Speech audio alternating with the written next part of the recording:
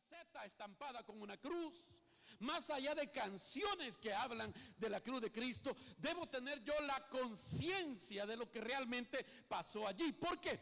Porque la llave, oiga, que abre la puerta a todos los beneficios del evangelio de la gracia, el verdadero evangelio de la gracia, fue lo que pasó ese día en la cruz, cuando Jesús fue crucificado en ella. Recuerdo que cuando iban a estrenar la película La Pasión de Cristo, yo vivía en Nicaragua, estábamos pastoreando una iglesia en Nicaragua. Me acuerdo que me invitaron junto con otras personas a un foro. Había un programa matutino de entrevistas. Entonces me invitaron con otro grupo de personas a dar mi opinión sobre la película y la importancia que esa película tendría en ese momento. Así que, como nadie había visto la película, porque no la habían estrenado, el estudio permitió que se hiciera una proyección privada para los que iban a discutir sobre la película al día siguiente. Así que un día antes, por la tarde, estaba yo allí con varias personas. Ahí habían jueces, habían sacerdotes católicos, habían periodistas. Uno de ellos era un periodista del Miami Herald, lo recuerdo muy bien, ya le voy a decir por qué. Habían pensadores, filósofos de izquierda, defensores del progresismo, el movimiento LGBT. Había un pastor gringo y yo, o sea, dos gringos habíamos ahí. Y entonces, cuando ponen la película, todos en silencio, ahí las luces apagadas, estábamos en una sala de proyección del canal, solo estábamos nosotros, el periodista que nos iba a entrevistar, otras personas ahí. Y cuando la película empezó a avanzar en los castigos que sufrió el Señor Jesucristo, yo me quedé impactado.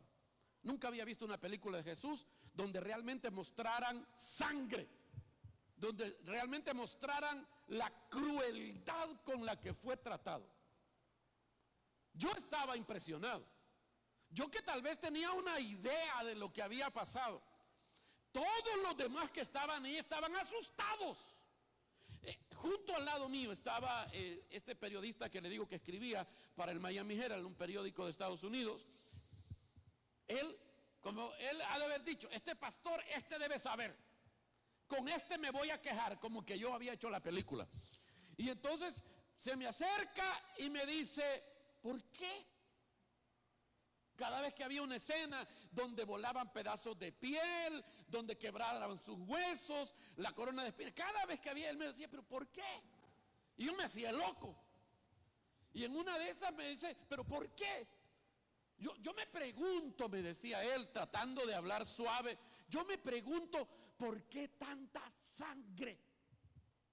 ¿Por qué tuvo Mel Gibson que mostrar tanta sangre?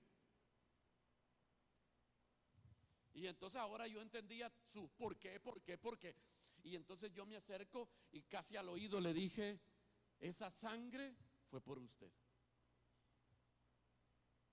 Y ya no me volvió a preguntar, se quedó concentrado en la película. Y bueno, pues un pequeño debate ahí conversando sobre lo que pasó. Nos echamos un café con pan y nos fuimos. Al día siguiente iba a ser la exposición, el debate, porque se convirtió en un debate un poco feo.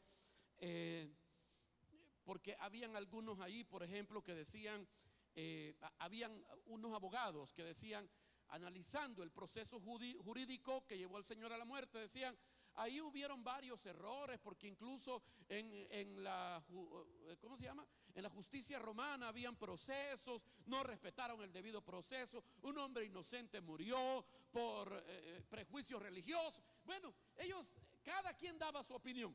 Los de izquierda, los radicales de izquierda decían: Jesús vino a mostrar la manera de cambiar la sociedad a través de una revolución sangrienta. Y bueno, todos dimos nuestra opinión Y como yo era el pastor del presentador de noticias, él me dejó al final, ¿verdad?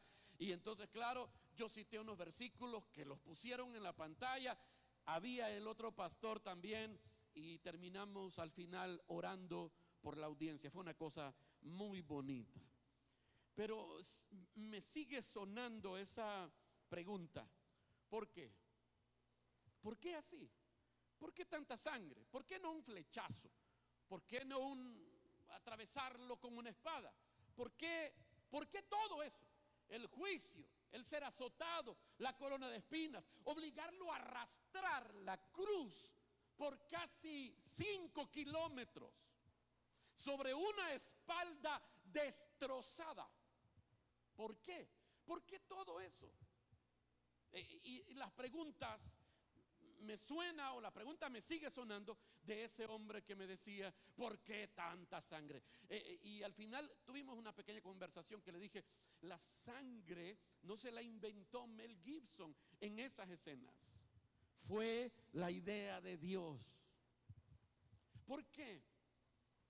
Era la manera en que Dios estaba sustituyéndote.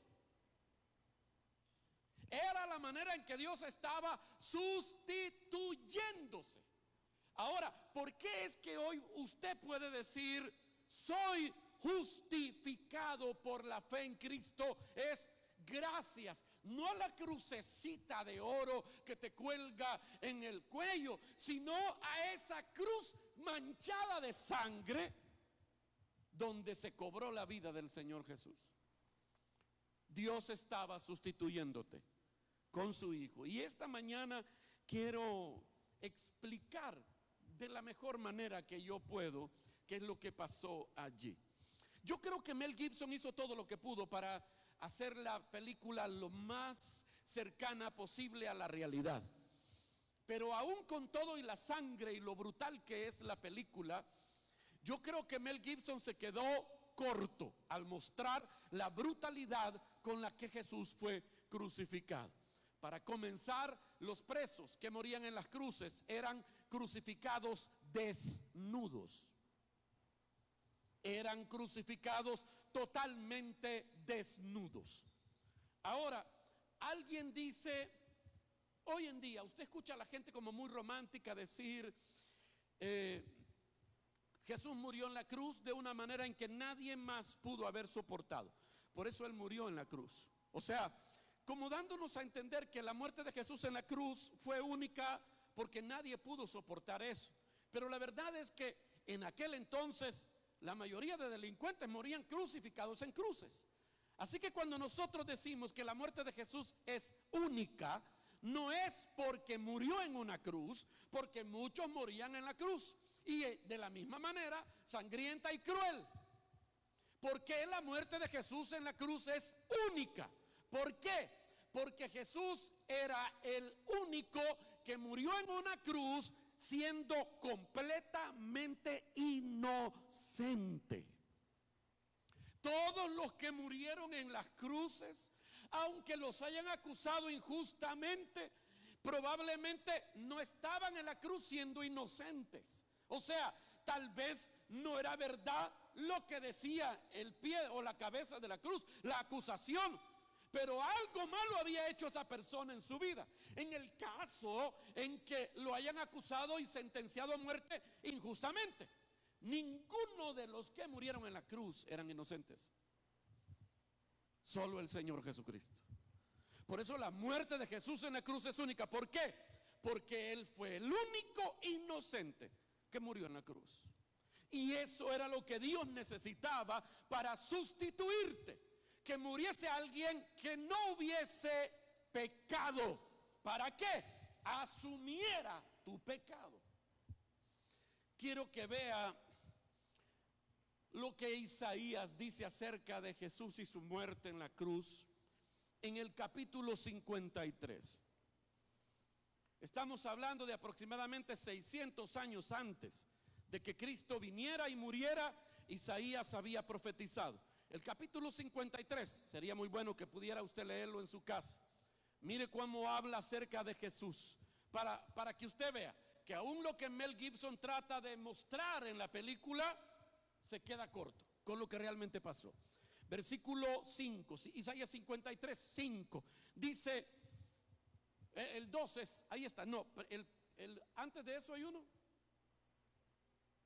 ¿No hay uno antes de eso? ¿No hay? Ok. Isaías 53, 2 dice, quedó sin forma ni hermosura que atrajera nuestras miradas, sin un aspecto que pudiera agradarnos. O sea, lo que Isaías describe es que él quedó totalmente desfigurado. Era difícil de reconocerlo. Los golpes, el maltrato, la tortura fue tal que quedó desfigurado. Mire lo que dice, quedó sin forma ni hermosura. Que estar sin forma, no estar gordo como usted y como yo. Lo que está diciendo ahí es que quedó desfigurado, sin forma ni hermosura que atrajera nuestras miradas, sin un aspecto que pudiera agradarnos. O sea, verlo era algo desagradable. ¿Poner lo que sigue? ¿Hay uno más? Bueno, ya antes pensé que había otro, pero ok, se me fue. Entonces, miren, Isaías 53, 5, si lo puede anotar en alguna parte ahí, dice, ahí está el 5. Él fue traspasado por nuestras rebeliones y después dice que molido por nuestras iniquidades. Molido, literalmente, y disculpe la forma en que lo voy a decir, había carne molida del cuerpo del Señor por todos lados, ahí donde lo habían atormentado. Él quedó molido. Entonces, la pregunta sigue, ¿por qué? ¿Por qué todo eso? ¿Por qué pasó así? Ok, no le vamos a preguntar a los filósofos, a los políticos, a quien sea, ¿verdad? ¿Qué pasó? ¿Por qué pasó ahí? Cada quien puede darnos su versión del asunto, pero la voz autorizada para decirnos por qué el Señor Jesús murió de la manera en que murió, la única voz autorizada es la voz de Dios. Y quiero que lo lea conmigo. Otra vez, ahí está, Isaías 53, 4 al 6. Lea conmigo. Ciertamente Él cargó con, ¿qué dice? ¿De quién eran las enfermedades? Eran nuestras enfermedades, no eran sus enfermedades. Dice, ciertamente Él cargó con nuestras enfermedades y soportó el que soportó. ¿De quién eran los dolores? Nuestros dolores. Pero nosotros lo consideramos herido, golpeado por Dios y humillado. Él fue traspasado porque una espada atravesó su costado al final. Él fue traspasado por nuestras rebeliones. ¿De quién eran las rebeliones? Nuestras. Y molido por nuestras iniquidades. La palabra iniquidad significa sin ley. O sea, es la gente que no quiere ser gobernada por nadie, mucho menos por Dios. Él fue molido por nuestras iniquidades y sobre Él recayó el castigo, precio de nuestra paz con Dios. Por eso es que ya en el Nuevo Testamento la explicación de esto dice que gracias a Cristo tenemos paz para con Dios. O sea, estábamos en rebelión en contra de Dios. No había una relación del hombre con Dios. Pero Él fue molido por nuestras iniquidades y sobre Él recayó el castigo, precio de nuestra paz. Y gracias a sus heridas fuimos sanados. Versículo 6. Todos andábamos perdidos como ovejas, cada uno seguía su propio camino, pero el Señor hizo recaer sobre Él la iniquidad de ¿quién? De todos nosotros. ¿Qué está diciendo la Biblia allí? ¿Por qué fue que Jesús sufrió todo eso? Por nosotros. Por tu iniquidad, por tu pecado, por tu rebelión, por tu enfermedad, por tus dolores. Todo lo que Él sufrió fue por vos. Para que al final tuvieras paz con Dios, para que al final tuvieras sanidad en todos los sentidos. Entonces la Biblia está diciendo que Jesús murió en nuestro lugar. Ahora, Primera de Pedro 3:18. Quiero que lea conmigo este versículo, porque de este versículo vamos a extraer, ahí están, en ese versículo, las razones específicas que llevaron a Jesús a morir en la cruz. ¿Qué estaba logrando Jesús cuando murió en la cruz? Primera de Pedro 3:18, está ahí en la pantalla, dice: porque Cristo murió por los pecados una vez por todas, el justo por los injustos, a fin de llevarlos a ustedes a Dios. Él sufrió la muerte en su cuerpo, pero el Espíritu hizo que volviera a la vida. Como le dije, este versículo nos enseña que la cruz no fue la peor tragedia de este mundo, ni la peor tragedia que enfrentó Dios. La cruz fue la mayor victoria de Dios. A través de ese dolor y de todo lo feo que ahí se vivió, se estaba gestando en la cruz la mayor victoria, incluso para nosotros. Dios, con la muerte de su Hijo, estaba cumpliendo las profecías para dar por inaugurado el cumplimiento de su plan eterno para la humanidad. Ahora, hasta ese entonces nadie tenía esperanza. Hasta ese entonces el único destino de los seres humanos era el infierno. Pero después de la muerte de Jesús se abría una posibilidad. ¿Cuál? El cielo. El cielo, cosa que no había pasado antes. De hecho, míreme, los santos hombres de Dios del Antiguo Testamento, cuando murieron, no se fueron al cielo. Se fueron a un lugar de espera, que no es el purgatorio, lo voy a aclarar. Se fueron a un lugar que se le llama el seno de Abraham o el paraíso, a esperar que viniera Jesús, porque nadie podía ir al Padre si no era por Él. O sea que antes de Jesús no existía la posibilidad de ir al cielo. Entonces, cuando Cristo muere, abre esa posibilidad. Por eso le estoy diciendo, yo estoy hablando de esto hoy porque el día en que Jesús murió en la cruz fue la base, el fundamento del evangelio de la gracia. El verdadero y único evangelio de Dios. No el chinito, sino el made in heaven. Oh yeah, baby. Do you like it? No, pero mejor sigamos en español. No vaya a ser que yo no pueda, ya no puedo hablar, solo esas palabras me puedo. Ay, y thank you very much.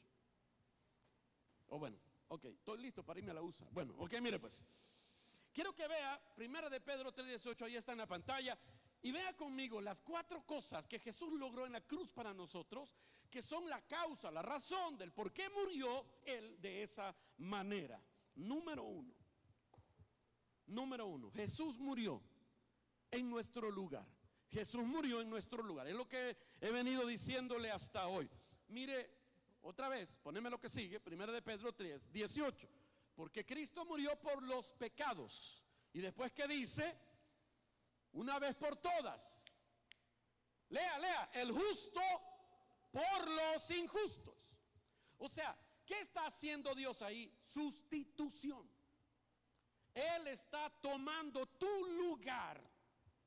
Y vos, después de la muerte de Jesús y creer en Él, vas a tomar el lugar de Cristo. Ah, no, es que vos no sos hijo de Dios por tu linda cara, ni por tus buenas y abundantes obras de bien. No, vos sos hijo de Dios porque alguien te sustituyó como un ser humano pícaro, sin escrúpulos y condenado al infierno. Yo sé que usted no se ofende porque usted sabe quién es. ¿verdad? Y si tiene dudas, mira el de la par, ese cabal calza en la descripción. Entonces, ¿qué dice la Biblia? El justo por los injustos. ¿Qué estaba haciendo Jesús en la cruz? Él estaba muriendo en nuestro lugar. Jesús era el único justo, como ya le expliqué. Míreme para acá, no se ameque. Jesús era el único justo. Era el único completamente libre de pecado. Pero aún así, Él fue a la cruz y sufrió en nuestro lugar. El juez del cielo, Dios, ya había decretado que nosotros éramos culpables y merecíamos la condenación eterna por desafiar las órdenes de Dios, por ofender la santidad de Dios. A eso la Biblia le llama pecado. Ya estábamos destinados a eso. Ese era nuestro destino. Mire cómo lo dice la Biblia, Romanos capítulo 3, versículo 9. Ya hemos demostrado, dice el apóstol Pablo, que tanto los judíos como los que son de Santa Ana están bajo el pecado. Bueno, ¿hay alguien que sea de otra parte del Salvador? Quiero ver. ¿San Salvador de dónde? Ah, San Vicente. De la carne de la... Buena carne, va. Pechito gordo, le dicen a uno en la pasada. Nunca ha comido carne no, carne canina, no sé. Pero bueno, no importa. Buenos chuchos cultivan ahí en San Vicente. Pero bueno. Perdón. ¿Quién más es de otro departamento? Quiero ver. Ajá. Pero ese es Santana todavía. Pero de otra ciudad, pues Chuapa. ¿De dónde? San Salvador. De respeto, hermano de la capital. ¿Y el mismo de dónde es el mismo? También de Cíbar. ¿De dónde? De Metapán. ¿De dónde dijiste?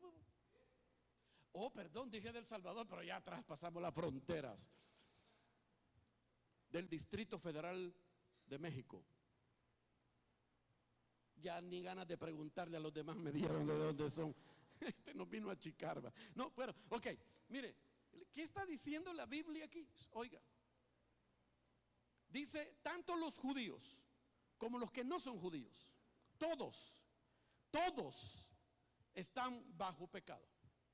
Y el versículo 10 dice, así está escrito, no hay un solo justo, ni siquiera uno. No hay quien entienda, no hay nadie que busque a Dios. Todos se han extraviado, por igual se han corrompido. No hay nadie que haga lo bueno, no hay ni siquiera uno. Ahora, alguien estará diciendo, o sea, ¿no había gente que hacía obras de caridad, cosas buenas? Sí, pero las obras de bondad, oiga, que te podían calificar como para ser salvado de la condenación, nadie. Dígale al de la par, no te alcanzaba, dígale, no te alcanzaba, ni siendo la persona más correcta del mundo, no te alcanzaba. Ok, esa era nuestra condición. Capítulo 3, siempre de Romanos, versículo 23. Pues todos han pecado y están privados de la gloria de Dios. Usted no podía ir al cielo, estaba privado de la gloria de Dios. ¿Por qué? Por su pecado. El versículo 23 del capítulo 6 dice, porque el castigo por el pecado es la muerte eterna, la condenación en el infierno. Así que Dios ya había decretado cuál habría de ser nuestro final. Eso es lo que nos iba a tocar a todos. Que te frieran como pollo rostizado en tu propia manteca en el infierno por los siglos de los siglos, amén. Algunos tenemos manteca para arder por toda la eternidad, ¿verdad? Así que ese era nuestro destino, la condenación. No había otra opción. Apocalipsis 20, allí donde está descrito el final de todo. Luego vi un gran trono blanco y alguien que estaba sentado en él, ese Dios. De su presencia huyeron la tierra y el cielo, sin dejar rastro alguno. Y vi también a los muertos grandes y pequeños, de pie delante del trono. Se abrieron unos libros, y luego otro, que es el libro de la vida. Los muertos fueron juzgados según lo que habían hecho, conforme a lo que estaba escrito en los libros. Ahí no vale decir yo pasando iba. ¿Cómo fue? ¿En qué fecha? Ahí está todo escrito.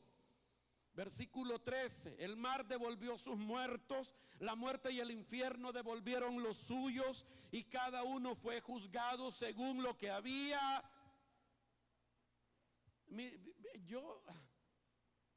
Yo le voy a ser honesto esta mañana. No andar con el chambre.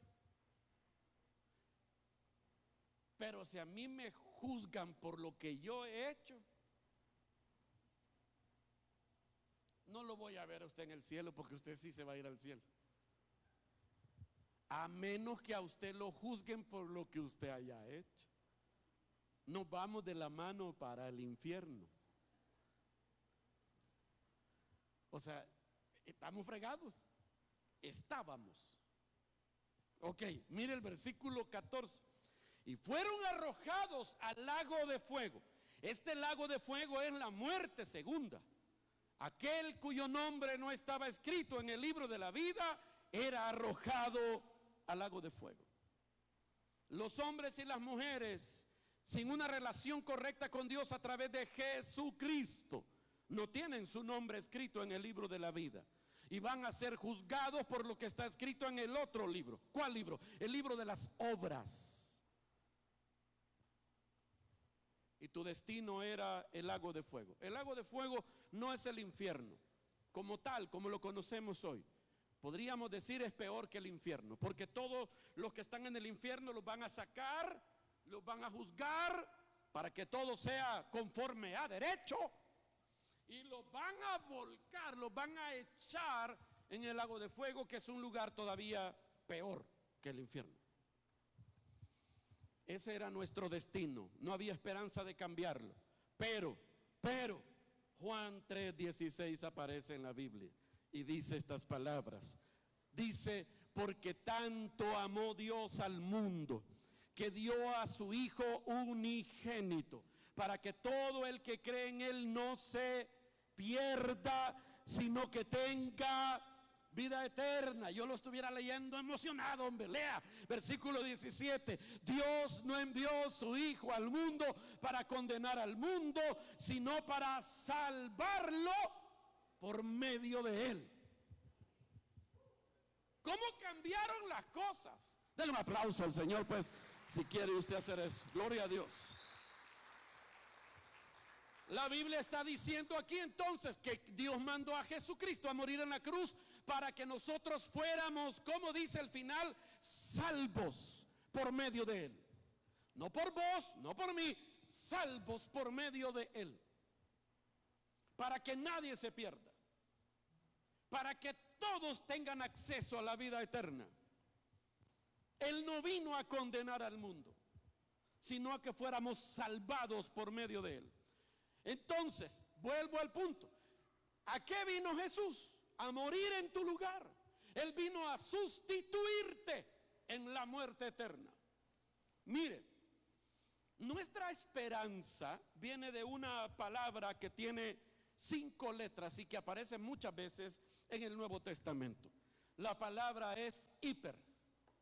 La palabra griega que repetidamente aparece en la Biblia es hiper. La palabra hiper describe, voy a decirlo así, lo que dice Juan 3:16 y 17.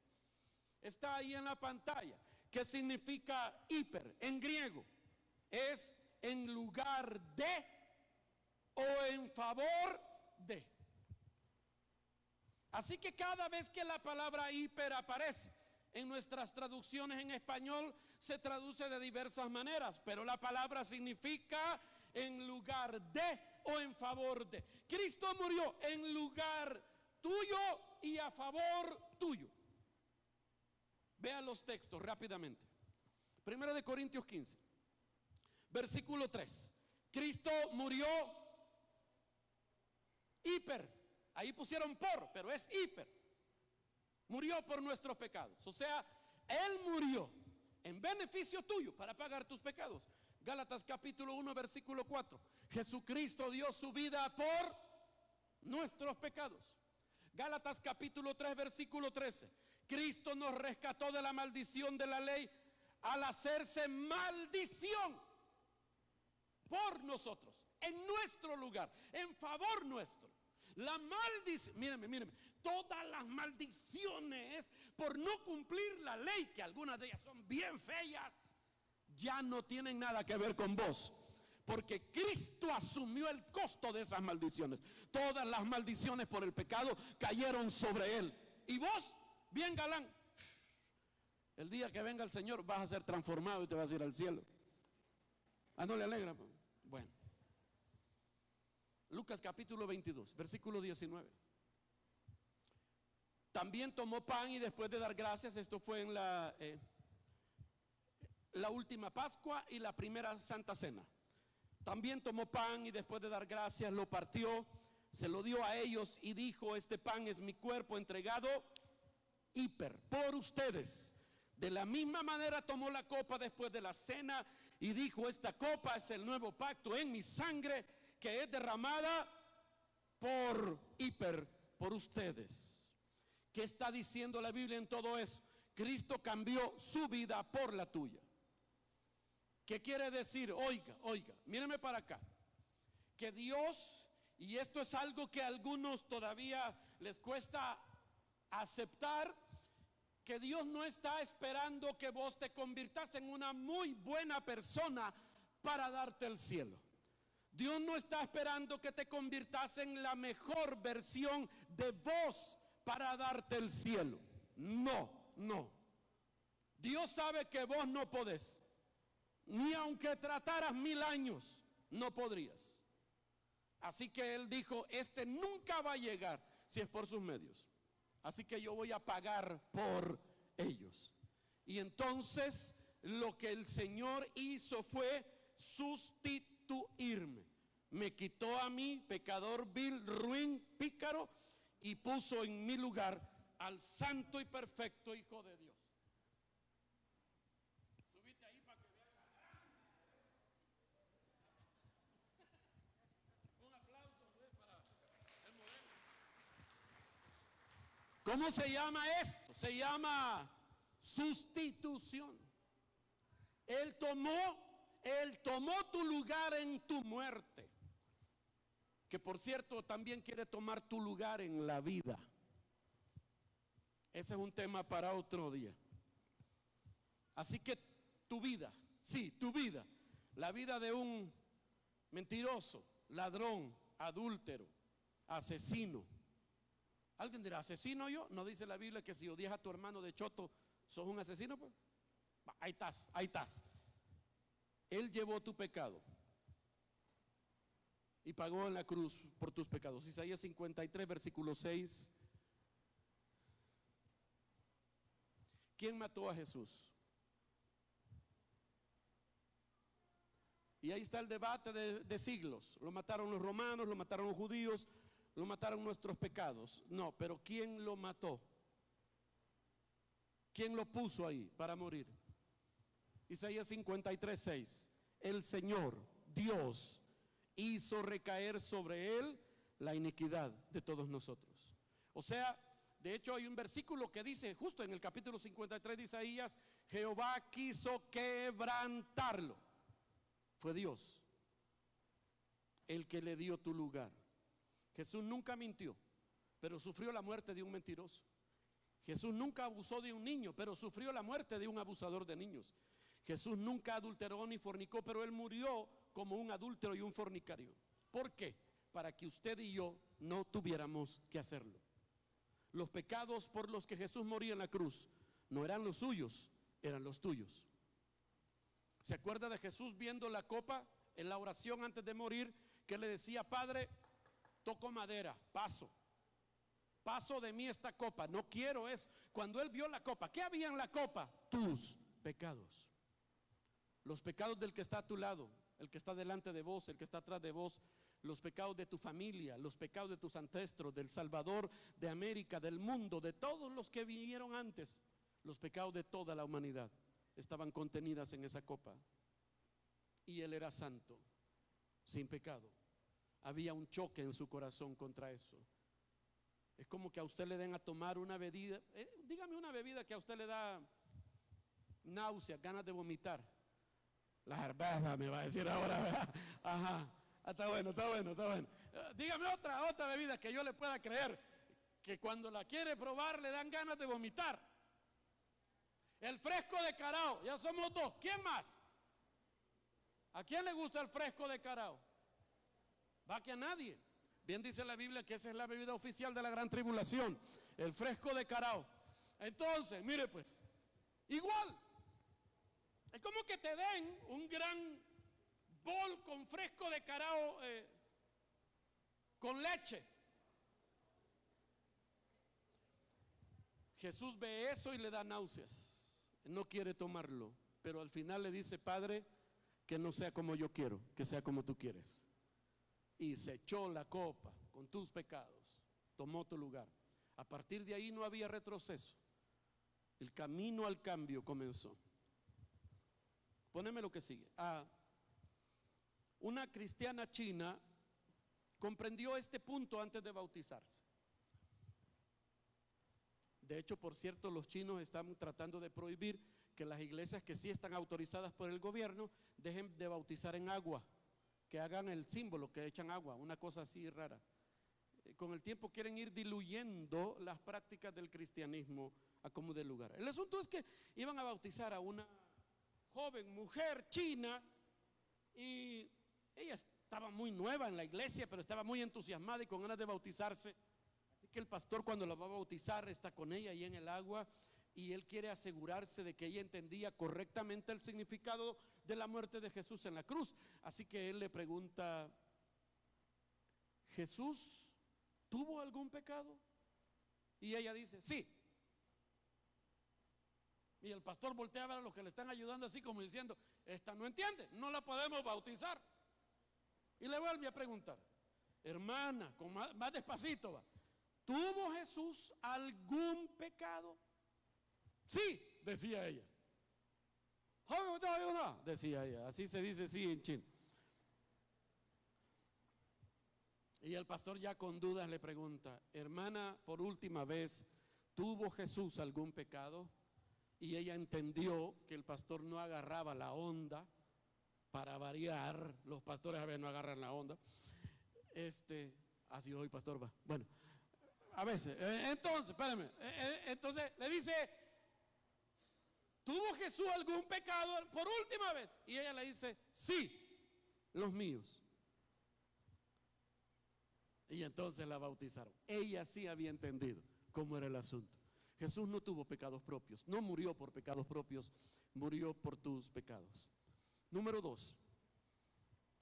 dos, ¿por qué todo lo que pasó en la cruz debe tener un significado especial para nosotros? Número uno, le dije, porque Jesús murió allí en tu lugar. Número dos, porque Jesús sufrió en nuestro lugar. Sufrió, no solo murió, sufrió. Mire lo que dice Pedro, una vez más, vamos a Pedro 3:18, ponémelo. Porque Cristo murió por los pecados una vez y por todas, el justo por los injustos, a fin de llevarlos a ustedes a Dios. Y después que dice, Él sufrió la muerte en su cuerpo, pero el Espíritu hizo que volviera a la vida. Así que no bastaba con que Jesús pagara con su muerte el pecado, hacía falta sufrimiento. El pecado produce sufrimiento. Una cosa produce la otra. Y la santidad de Dios exigía que el pago por el pecado incluyera sufrimiento. Sufrimiento que nosotros merecíamos, pero que Él decidió que su Hijo te sustituyera en el sufrimiento. Cada golpe de látigo en su cuerpo lo azotaron, dice la Biblia, 40 veces. Dice 40 menos 1, 39, era como un acto de misericordia que le descontaban un latigazo al castigado. Pero los látigos estaban hechos de varias cuerdas de cuero con pedazos de hueso en todos los hinchos. Así que cuando el látigo caía en la espalda del que estaban azotando, al traer de regreso el látigo, venían pedazos de piel y empezaba a brotar la sangre por todas partes. Con uno hubiera sido suficiente. 39 veces. 40 es el número oficial. 40 es número de prueba. Él estaba siendo probado con su muerte, sufriendo por nosotros. Isaías 53:4, otra vez, ya lo leímos, pero mire que dice: ciertamente Él cargó con nuestras enfermedades y soportó, ¿el que soportó? Nuestros dolores. Quiere decir que Jesús, todo lo que sufrió fue por vos. La muerte atroz que Él sufrió fue en nuestro lugar.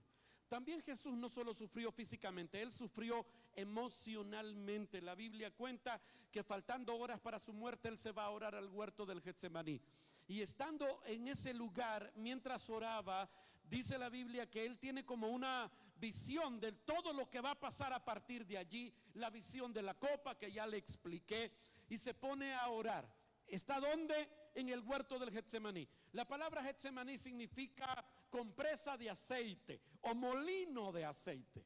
Describía el proceso que llevaban los higos para hacer el aceite, para, bueno, sanar, para todo lo que había, los usos que se le daban al aceite. Ahí se molían las aceitunas para producir el aceite.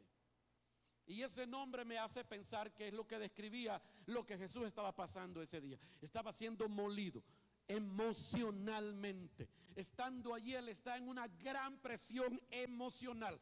Mucho estrés. No el estrés que te da vos en el tráfico. No el estrés que te da vos cuando ya va a ser el día de pagar las cuentas y no tenés el pisto. No. Mire, estando allí, ese momento, el Señor hace esta oración. Lucas 22:40. Cuando llegaron al lugar, les dijo: oren para que no caigan en tentación.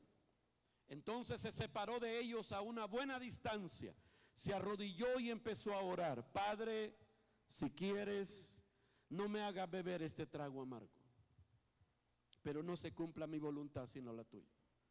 Ya le he hecho notar yo a usted que esa es la única vez en que la Biblia menciona que la voluntad del Padre era una y la voluntad de Jesús era otra. En ese momento Él ya no quería hacerlo. Estaba en una lucha, había una lucha emocional. No quiero hacerlo, pero el Padre me mandó, pero no quiero hacerlo. Padre, ¿ya viste lo que hay en esa copa? ¿Ya viste eso, Padre? No, yo no quiero. Versículo 44, Lucas 22:44, más adelante: y angustiado, como dice, lea cómo estaba Él, angustiado, oraba con mayor intensidad, de modo que su sudor era como grandes gotas de sangre que caían hasta la tierra. La palabra angustiado, poneme lo que sigue, que aparece allí, es la palabra griega agón. Es la misma palabra que se usaba para describir la lucha grecorromana. De hecho, hoy hay una, ¿cómo le digo? Una disciplina de la lucha libre que es olímpica, y es la lucha grecorromana. Y la palabra para decir lucha era agón. Entonces, quiero que note, Jesús, cuando dice que estaba angustiado, ¿qué estaba haciendo ahí? Él estaba enfrentando una lucha. La lucha no era física, era emocional. No era ni con Dios, la lucha no era ni con el diablo, la lucha era consigo mismo. Era con la voz de su alma diciéndole: no vayamos a la cruz. Él luchó contra el deseo de rendirse. Fue tan terrible la lucha que dice que mientras oraba, él sudaba como gotas de sangre. Y fue tan terrible la lucha que hizo falta que viniera un ángel a ayudarle en ese momento. Lucas 22:43. Entonces le apareció un ángel del cielo. ¿Para qué? Un paréntesis. Cuando en tu vida hay luchas como esas, en que no sabes si vas a hacer esto o aquello, si vas a honrar a Dios o vas a honrar tus propios deseos, pero te resistís y entras en una lucha pidiendo la ayuda de Dios, Él va a mandar a sus ángeles para fortalecerte. No estás solo en la lucha que enfrentas. Amén. Ok, sigo. Número 3. Primero, Jesús murió en tu lugar. Jesús sufrió en tu lugar. Número 2. Y número 3, Jesús murió para pagar completamente. Diga completamente. Ok, ve el versículo una vez más. Primera de Pedro 3, 18. Dice, porque Cristo murió por los pecados. ¿Cómo dice después? Una vez por todas. El justo por los injustos, a fin de llevarlos a ustedes a Dios. Dice que Él murió una vez por todas. Mírenme pues, antes de que Jesús viniera, el pago por los pecados era parcial y temporal. ¿Qué hacía la gente cuando pecaba en el Antiguo Testamento? Tenía que ir al templo y llevar una ofrenda de un animal vivo, una oveja, un carnero. Si no tenía mucho dinero, un par de palomas, porque mataban una paloma, le abrían la espalda. Mire qué ritual más interesante. Llevaba el culpable, o sea usted, 2 palomas. A una de ellas le abrían el lomo, cortaban entre sus alas y la hacían morir desangrada. La sangre de esta paloma muerta la untaban en la otra que estaba viva y soltaban la paloma viva. Claro, como la paloma muerta no podía resucitar, entonces con las 2 aves simbolizaban la muerte y la resurrección del Señor Jesucristo. Pero todos esos sacrificios eran por un pecado. Si yendo para tu casa volvías a pecar, regresaba, deme 2, mejor 4 deme. No vaya a ser el diablo, y ya llevabas tu ofrenda por el pecado otra vez. O sea que solo valía por un pecado y una vez. Así que parte de expiar el pecado era ir por la calle camino al templo con el animal que iba a ser sacrificado. Así que cuando alguien te veía, vos con una correa, jalando una ovejita, venga, ¿y para dónde vamos? A pasearla voy. Yo a esta hora la saco a pasear, de veras. Sí, pero ahí como que vas para el templo. No, de ahí para la bajada, ahí voy a agarrar, ahí está el parque. Todo el mundo que te veía cargando una oveja, una cabra, un animal de esos, decían, a saber qué hizo. Era parte de la expiación por el pecado. Pero valía una vez por un pecado. Pero cuando Cristo murió en la cruz, la muerte suya en la cruz, dice que murió por los pecados. ¿Cómo dice ahí? De una vez por todas.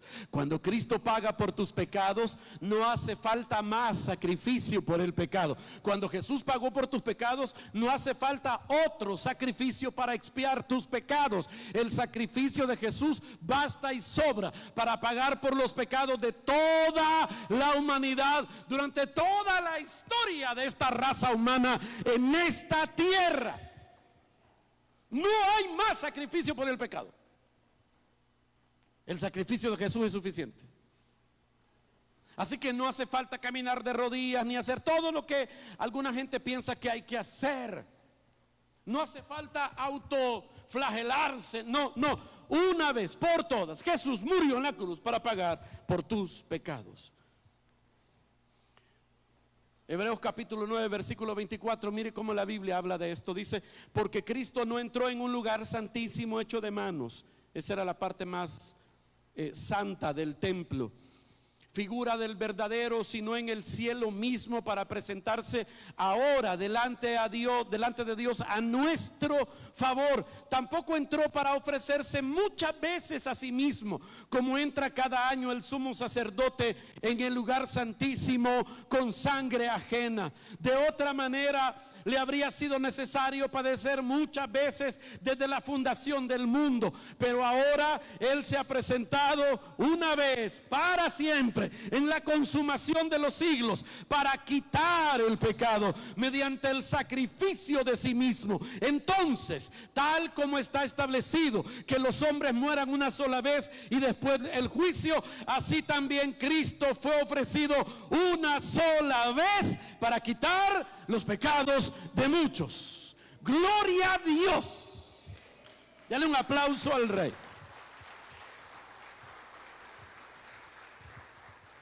Por eso el evangelio donde te dicen que vos tenés que sumar cosillas al asunto de ganarse la salvación es chino, chabeleado. El evangelio de Dios ofreció a Jesucristo para pagar los pecados tuyos y los míos para siempre. Por eso cuando una persona nunca acepta a Jesucristo como su Salvador y se muere yendo al infierno, mire qué ironía esta, esa persona que nunca recibió a Jesús en su corazón como su Salvador, esa persona se va al infierno con todos sus pecados pagados. ¿Cómo así? Y si fueron pagados, ¿por qué están en el infierno? Porque hay que aceptar voluntariamente el cambio de lugar, Cristo con el mío. Y entonces se te aplican los beneficios de la muerte de Jesús. No basta, señores, con venir a la iglesia el domingo. No basta con saberse canciones evangélicas. No basta con sentir simpatía por la iglesia. Hay que rendirle el corazón al Señor Jesucristo. Hay que invitarlo a la vida. La Biblia dice: a todos los que le recibieron, a los que creen en su nombre, a eso les dio el derecho de ser llamados hijos de Dios. Hay que creer en Él, recibirlo. Por eso cuando Jesús murió en la cruz, ¿se acuerda que Él dijo consumado es? Ponémelo rápidamente. En el griego consumado era solo una palabra. La palabra era tetelestai. Lo he explicado en otras ocasiones. Y tetelestai significa deuda saldada. Todo fue pagado. Trabajo terminado. En los días del Señor Jesús, ayúdeme con el piano, por favor. Míreme aquí. En los días en que murió el Señor, cuando alguien era metido a la cárcel por algún delito, ponían en la entrada de donde estaba encerrado ese preso un escrito donde estaba la lista de todos los delitos por los que estaba preso allí. Así que cuando esa persona, míreme acá, cuando esa persona salía libre, después de pagar con cárcel sus delitos, arrancaban el papel donde estaba escrito los delitos, y el juez escribía sobre esos delitos tetelestai. Sí, él era culpable de estos delitos, pero tetelestai, que significa la deuda fue cancelada. Y el cuate que tenía su fama ya tenía que andar con ese papelito siempre, porque cuando la jura lo paraba le decía: párate ahí, tópate la pared, abrí las piernas, vamos a ver, a vos te andan buscando. No, yo ya salí. Enseñá, quiero ver el documento. Y sacaba el documento, hijo, con el gran rosario de cosas que había hecho, y decía ahí tetelestai, la deuda fue cancelada, y lo dejaban ir libre. Ahora, cuando Jesús murió en la cruz,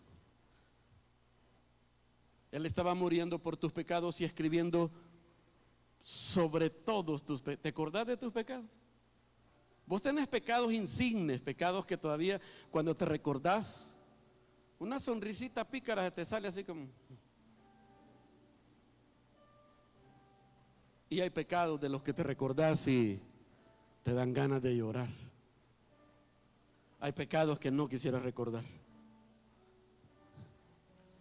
Hay pecados que los recordás y te frustran, te entristecen.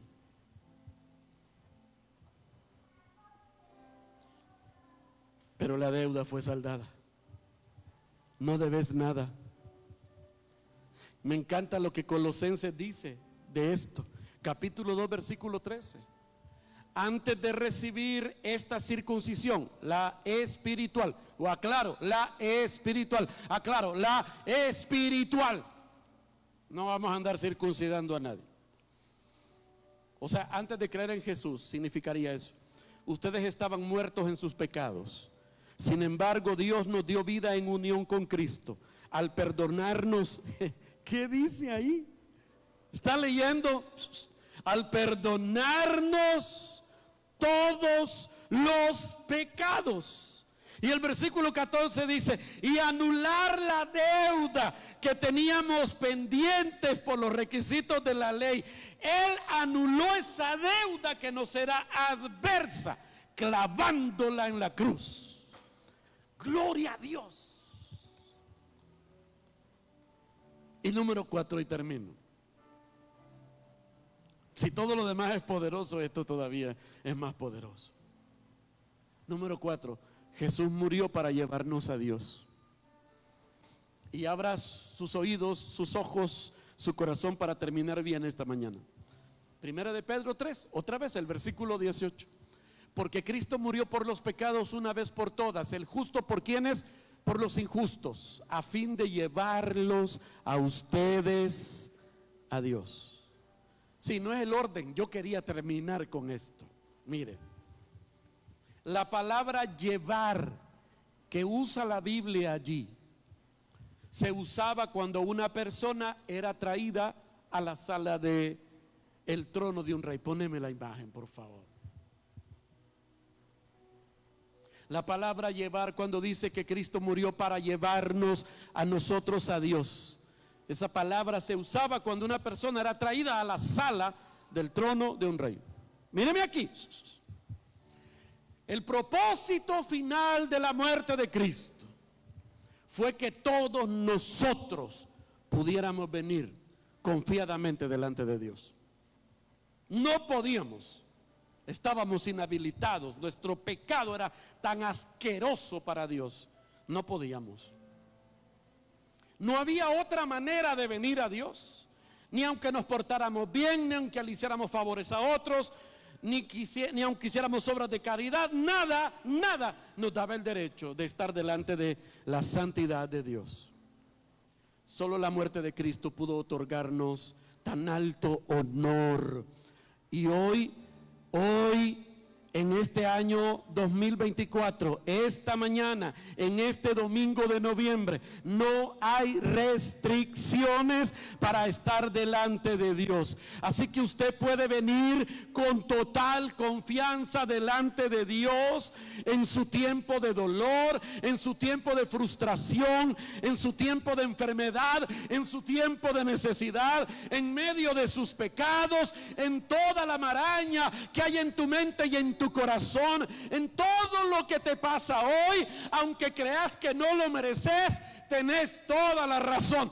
Por vos mismo no lo mereces, pero cuando Cristo murió en la cruz era para abrirte la puerta del trono, de la sala del trono de Dios, para que confiadamente vinieras a hablarle a Él de tus dolores, de tu quebranto, de tu necesidad y hasta de tus alegrías. Bendito sea su nombre. Hay un versículo que dice eso. Hebreos 4:15 es uno de mis versículos favoritos de la Biblia. Y el 16, mire lo que dice: porque no tenemos un sumo sacerdote, sigue hablando de Cristo, incapaz de compadecerse de nuestras debilidades, sino uno que ha sido tentado en todo de la misma manera que nosotros, aunque sin pecado. Versículo 16, así que acerquémonos. ¿Cómo? Sin miedo, sin vergüenza, confiadamente, acerquémonos confiadamente al trono de la gracia para recibir ¿qué? Misericordia y hallar la gracia que nos ayude en el momento en que más lo necesitamos. Esta mañana yo sé que hay personas que les urge la misericordia de Dios en su vida. Les urge que a través de la gracia podamos encontrar ayuda en este momento en que más lo necesitan. Hay personas aquí que están sintiendo que están en sus últimos momentos de fortaleza que tienen y creen que no van a poder más. Y a veces te abruma el pensamiento: no me merezco la ayuda de Dios. Pero quien te dice eso al oído y te lo repite todos los días es el diablo, el acusador de los hermanos. Que el Señor lo reprenda. La Biblia dice, Dios dice: vení confiadamente, porque todos tus pecados han sido pagados. Por eso la Biblia dice que para vencer al acusador, dice, ellos lo han vencido por medio de la sangre del Cordero de Dios y la palabra del testimonio. Dios lo dijo, es verdad. La sangre de Cristo te hace digno para entrar al trono y encontrar misericordia y la gracia que necesitas en este momento. Quizá lo que enfrentas hoy es algo muy difícil. Es algo que va más allá de tus recursos, más allá de tus fuerzas, más allá de tus conocimientos. Y como le decía la semana pasada, para la gracia de Dios está bien no estar bien, porque podés venir confiadamente y decirle: Señor, sé que no merezco esto, pero vengo buscando misericordia, que no me trates como merezco, y vengo buscando gracia. El versículo, hija linda, por favor. Y vengo buscando gracia, que me des lo que no me merezco. Todos hoy podemos venir a pesar de haber pecado ante Dios y encontrar que misericordia y gracia. ¿Cuándo? La última parte. ¿Cuándo? En el momento en que más lo necesitamos. Si ese es tu momento, qué bueno que viniste esta mañana hoy aquí. Te querés poner de pie delante del trono de Dios. ¿Qué necesitas hoy? ¿Un acto de la misericordia de Dios o un acto de la gracia de Dios? ¿Qué necesitas hoy? Poder recibir hoy lo que necesitas en el momento en que más lo necesitas. Porque Cristo murió para llevarnos a Dios. Y hoy estamos aquí frente al Padre, nuestro Padre, el que todo lo puede, el que nos ama de manera escandalosa,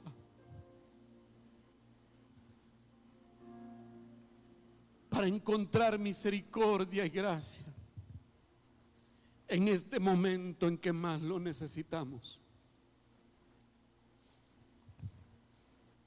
Quizá hoy necesitas sanidad, provisión, fortaleza, solución de cosas que se han complicado con el tiempo. Abre tu boca y tu corazón con confianza y dile: Señor, necesito esto hoy. Ábrelo, háblelo sin vergüenza y sin temor. Háblelo. ¿Qué necesitas hoy? Háblalo al Señor. Él está aquí, está delante de su trono hoy. ¿Qué necesitas? Háblalo, dígaselo. Sí, usted no lo merece por sus medios, es por la muerte de Jesús. No tenemos un sumo sacerdote que no pueda compadecerse de nuestras debilidades. Así que acerquémonos confiadamente al trono de la gracia.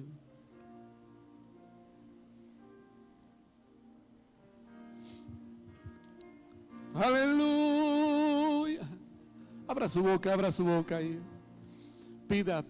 ¿Qué es lo que necesitas hoy? ¿Qué es lo que necesitas? El mediador está al lado tuyo. Jesús, el Señor, está enfrente al Padre. El mediador está al lado tuyo, diciéndole: Padre, necesita esto, le urge esto. Señor, ten misericordia, dale gracia. Hable usted al Padre hoy. Aleluya. Te necesito. Danos gracia.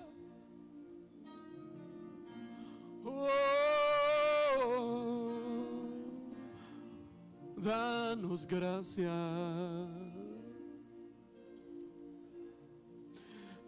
Muestra tu gracia hoy. Muestra tu gracia y tu misericordia a tus hijos hoy. En cada lugar, Señor, de este salón. Señor, en cada lugar, en cada rincón de este salón. Hombres, mujeres, jóvenes, señoritas. Que esta mañana todos puedan recibir de tu mano, en sus manos, lo que esperan. Por tu grande amor y misericordia.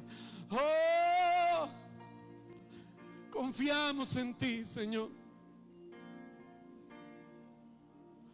Aleluya. Aleluya.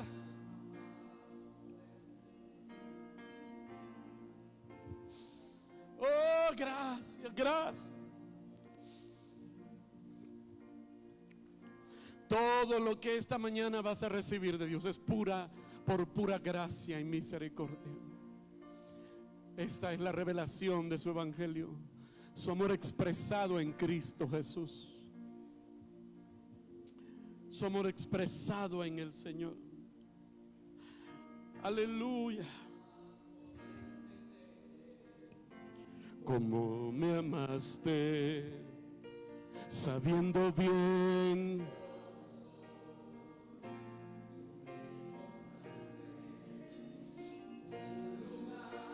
en tu mansión, en tu cielo santo, es que no merezco tanto. Gracias te doy, amor de Dios, amor